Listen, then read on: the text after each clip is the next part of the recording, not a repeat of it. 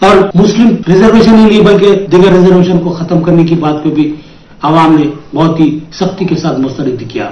سی اے NRC کے جیسی باتوں کو بھی عوام نے بالکل ہی رد کر دی. تو اب بی جے پی کے پاس سوال یہ ہے کہ کون سا ایجنڈا باقی رہے گا. کچھ منافرت تم نے پھیلا دی تھی، منافرت کے بیج نوجوانوں کے ذہنوں میں بو دیے تھے.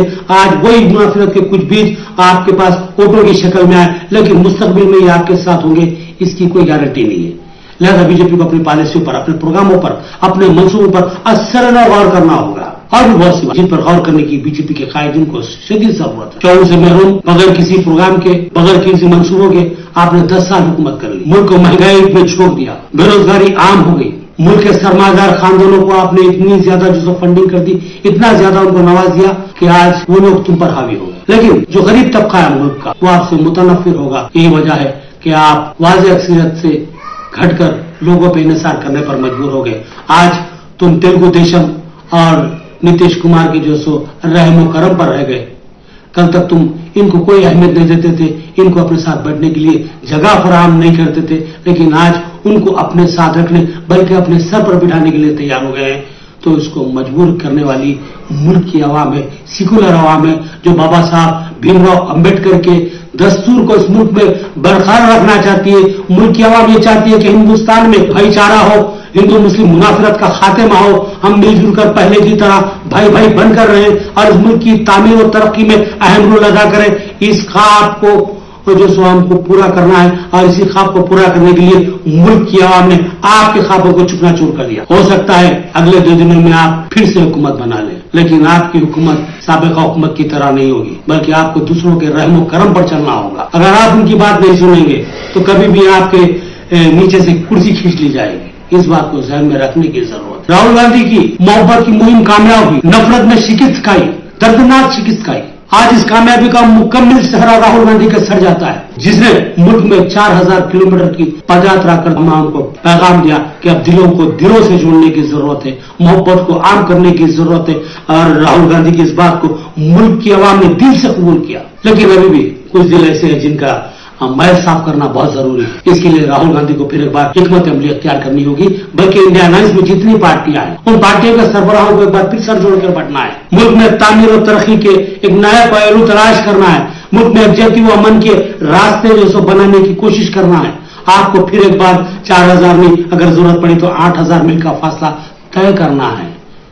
آپ کو فاصلے زمین کے راستوں کو ناپنے کے نہیں بلکہ دلوں کو ناپنے والے راستے ہونے چاہیے. یہ فاصلوں کو طے کرنا ہے، کم کرنا ہے. گزشتہ 10-15 سال کے اندر جو منافرت ذہنوں میں بھر دی گئی، اس منافرت کو کم کرنے کی کوشش کرنا ہے. اور میں سمجھتا ہوں یہ کام ہمارے انڈیا الائنس کے قائدین بخوبی کر پائیں گے. بہت ہی اہم چہرے، بہت ہی سیکولر چہرے، بہت ہی مانا خیز چہرے ہیں. ان پر ملک کی عوام اعتماد کرتی ہے، چاہے وہ راہل گاندھی ہو، شرد پوار ہو، یا جو سو ممتا بنرجی ہو، اکھلیش یادو ہو، تیجسوی یادو ہو، یا ادھو ٹھاکرے ہو. اب ملک کی عوام ان پر اعتماد کرنے لگے اور ان کو چاہیے کہ اس اعتماد کو ٹوٹنے نہ دیں. ملک میں واضح اپوزیشن کا رول، اگر آپ برسر اقتدار نہیں آنا چاہتے، اقتدار میں آنے کی کوشش تو کی جا رہی ہے اور ہو سکتا ہے کہ انڈیا الائنس اقتدار میں بھی آ سکے، آ جائے.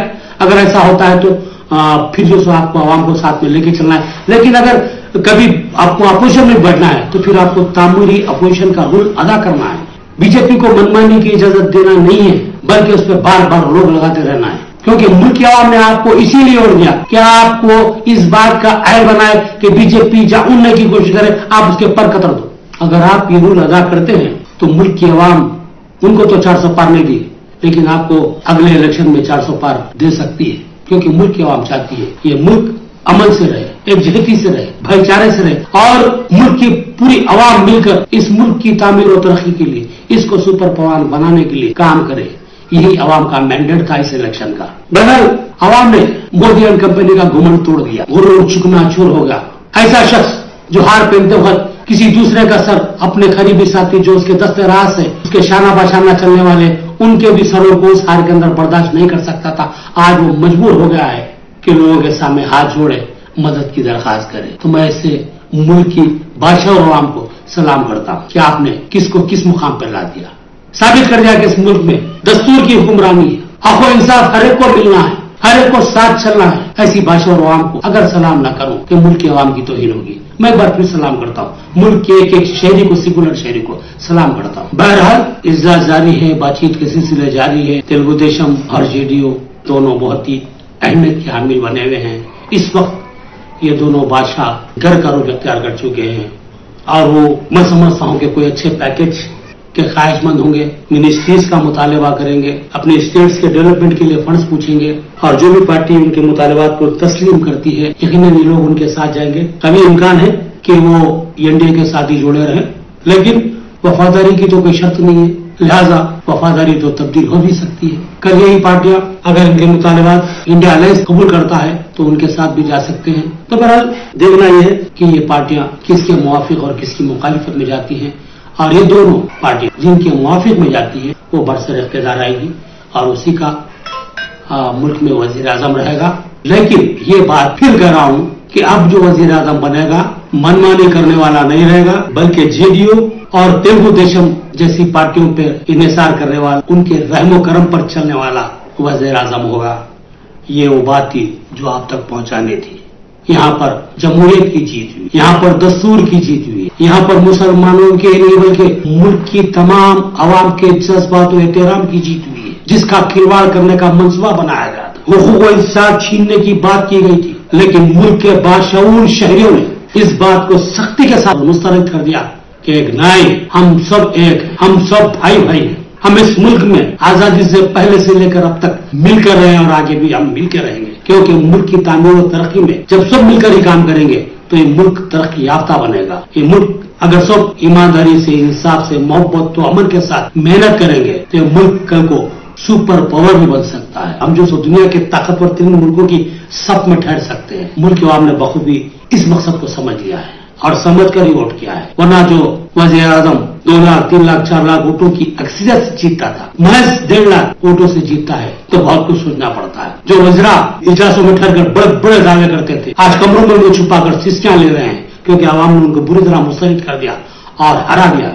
جن کا مذاق کیا گیا جاتا تھا, جن کو پپو کہا جاتا تھا, پپلو کہا جاتا تھا, ٹلو کہا جاتا تھا, نہ جانے کیا کیا نام دیے جاتے, آج وہ بونا اتنا خداور بن گیا کہ تم اس کے سامنے بونے بن چکے ہو. یہ ملک کی عوام کا پیغام ہے. یہ الفاظ میرے نہیں بلکہ ملک کی عوام نے یہ الفاظ ووٹوں کی شکل میں دہرائے ہیں. بہرحال حکومت خواہ کسی کی بولو, جیت عوام کی ہوئی ہے کیونکہ عوام نے تاناشاہی ذہن کو واپس موڑ دیا ہے کہ آ جاؤ جمہوریت کی طرف. اب تم حکومت میں بھی آؤ, لیکن تم کو چلنا ہے جمہوری اقدار پر ہی, سیکولر اقدار پر بھی تم چلنے کے لیے مجبور رہو گے. یہ ہماری شرط ہے اور عوام نے یہ شرط ان کے سر پر تھوپ دی, رکھی نہیں, تھوپ دی. تم کو چلنا ہی چلنا ہے. جمہوری اور سیکولر اقدار کا تم جو سب پابند رہنا ہی رہنا ہے. بابا صاحب کے دستور کو تم کو سلام کرنا ہی کرنا ہے, ورنہ ہو سکتا ہے تم اب تک اقتدار کی گلیاروں کے قریب پہنچے ہو, کل کے دن وہاں تک بھی نہیں پہنچو گے. یہ ملک کے عوام کا پیغام تھا. اس کو BJP کے قائدین کو سمجھنے کی ضرورت ہے, NDA کے قائدین کو بھی سمجھنے کی ضرورت ہے. اس ملک کو تم چاہ کر بھی ایک مخصوص چھاپ نہیں دے سکتے, کیونکہ اس ملک میں بے شمار مذہب ہے اور ان مذاہب میں بے شمار طبقات ہیں اور ہر طبقے کے جینے اور مذہبی معاملات کی تکمیل کرنے کے الگ الگ معاملے. تو تم یہاں پر کوئی مخصوص سوچ پر تھوپ نہیں سکتے. کیا صرف مسلمانوں کی ہندوؤں کی نہیں بلکہ ہر طبقے کی, اور ہر طبقے کو تم اس طرح اپنی سوچ سے ہم آہنگ نہیں کر سکتے. یہی وہ پیغام ہے جو ملک کی عوام نے گزشتہ 7 مرحلوں میں آپ کو دیا ہے. 4 جون کو وہ فیصلہ سامنے آ گیا ہے اور پھر بھی آپ جشن مناتے ہیں تو حیرت ہوتی ہے. 400 پار کا جو دعویٰ تھا آپ اس سے 150 سیٹ پیچھے رہ گئے. اگر NDA کے ملا لیے تو 110 سیٹ پیچھے رہ گئے.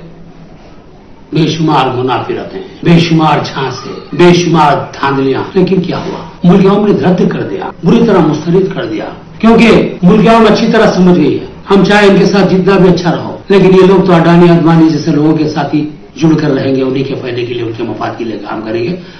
ملک کی عوام کا کوئی فائدہ ہونے والا نہیں.